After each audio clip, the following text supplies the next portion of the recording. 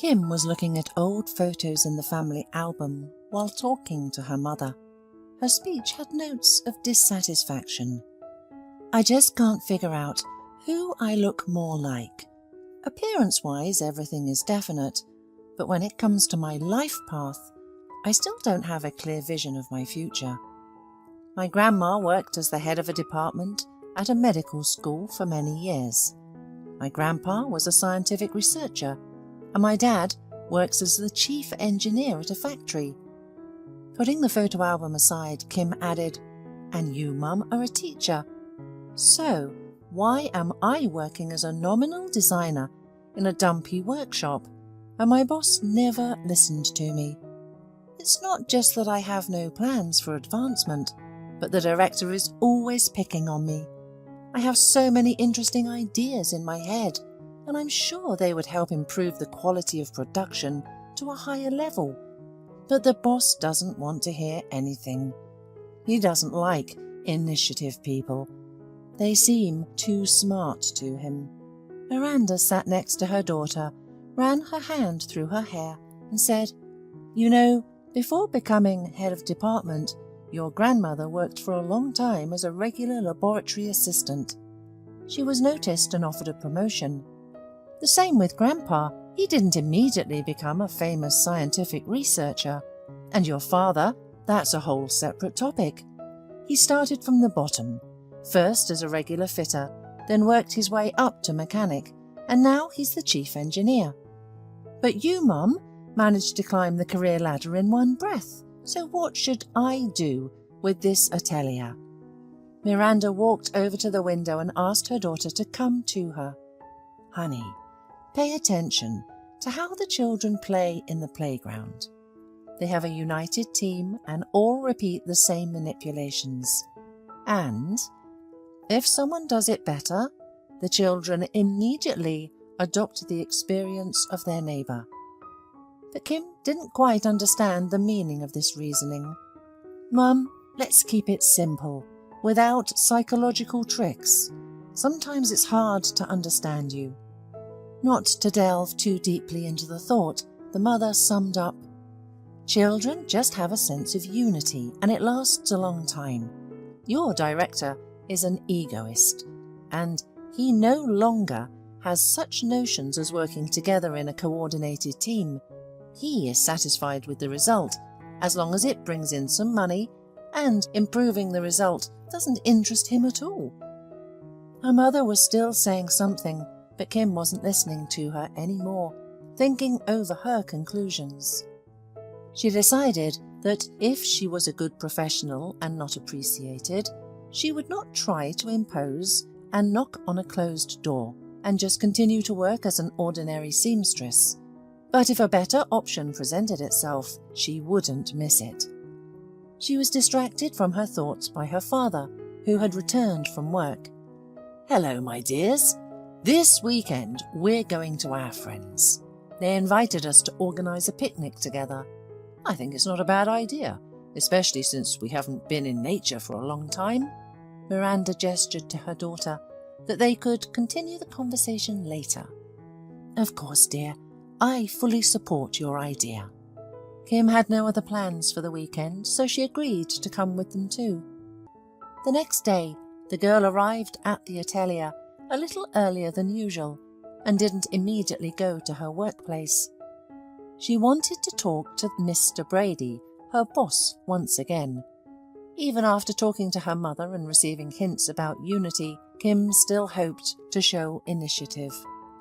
The owner of the atelier arrived later than usual, and seeing Kim at the threshold of his office, asked, "What are you doing here?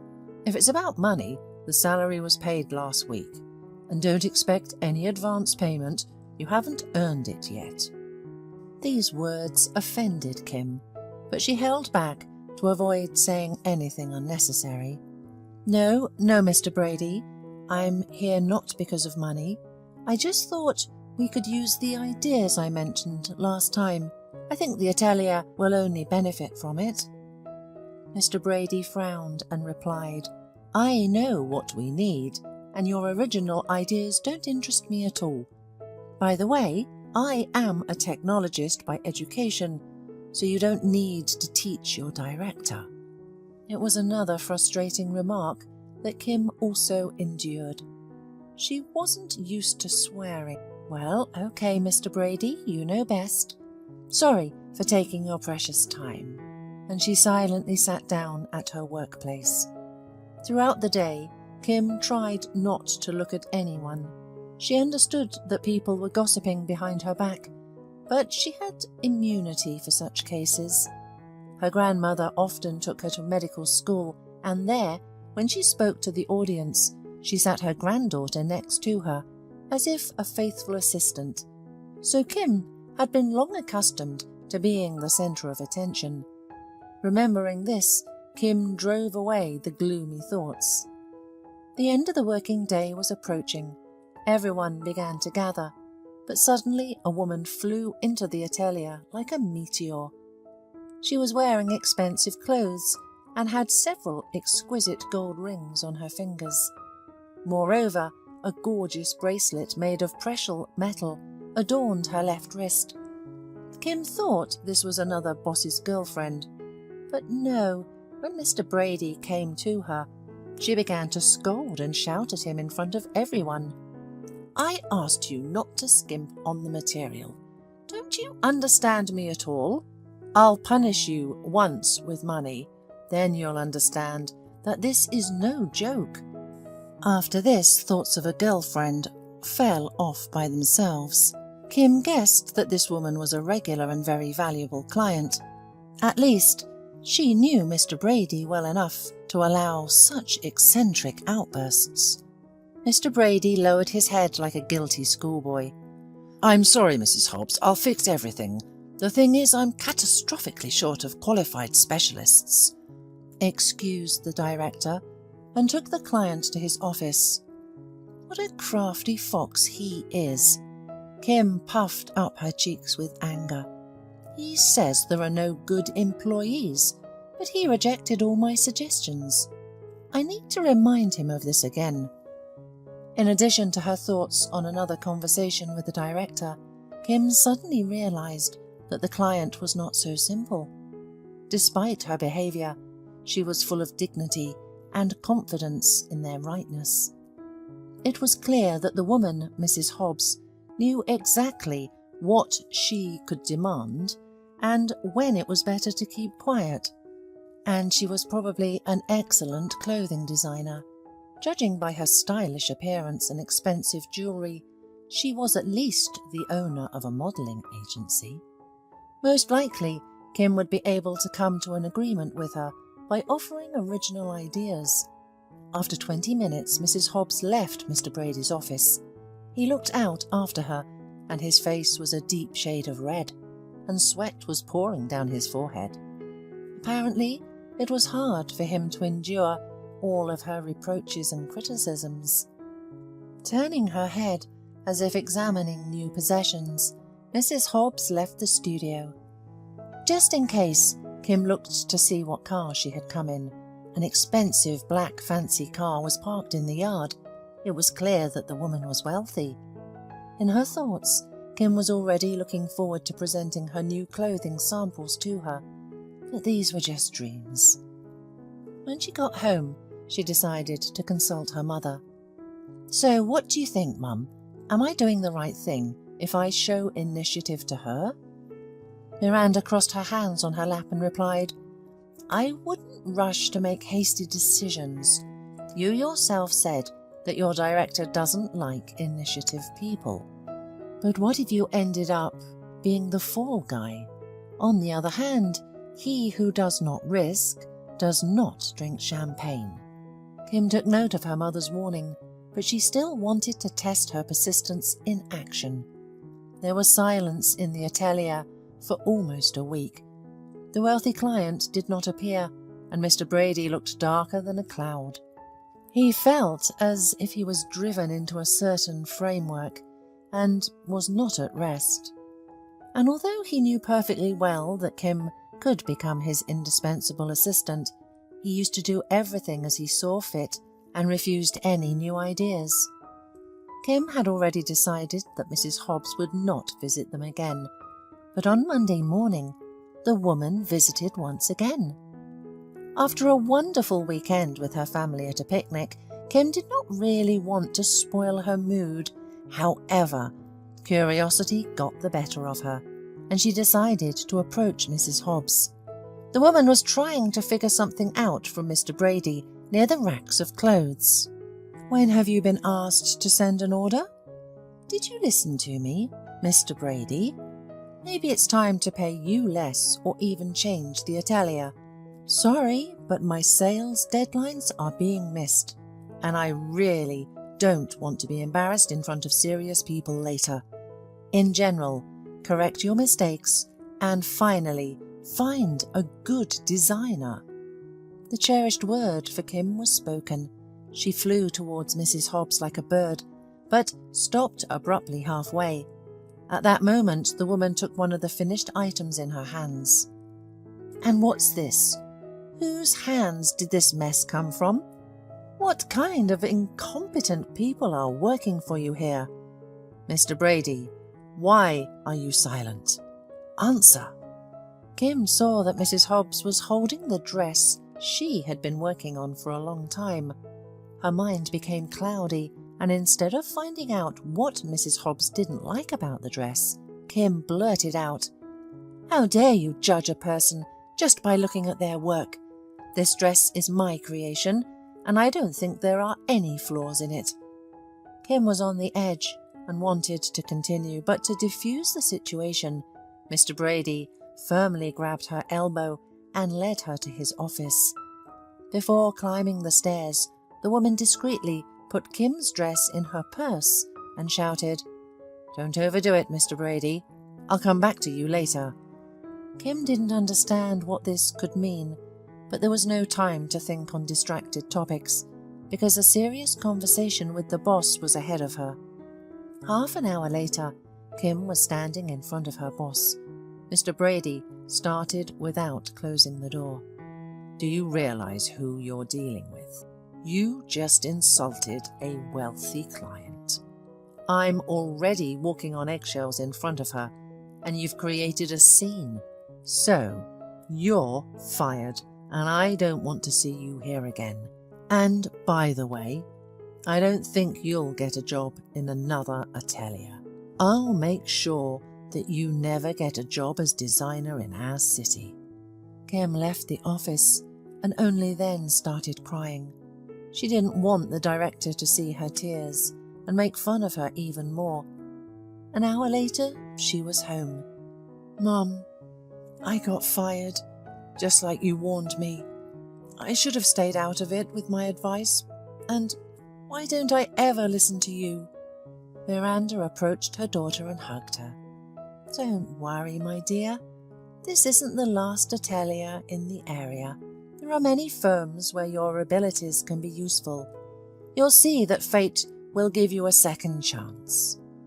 Kim weakly believed in these comforting words and started looking for a new job the next day. She was ashamed to look at her parents in the eye. Her father had been working in the same place for 20 years, and her mother was constantly dealing with clients, and only their daughter had shown herself in a bad light. The director dismissed her out of the atelier with a paltry severance pay, and on parting, he sarcastically said, "Have a good trip, but not silk, but with spools, so you can collect all the bumps." Kim went to interviews all week, but was rejected everywhere.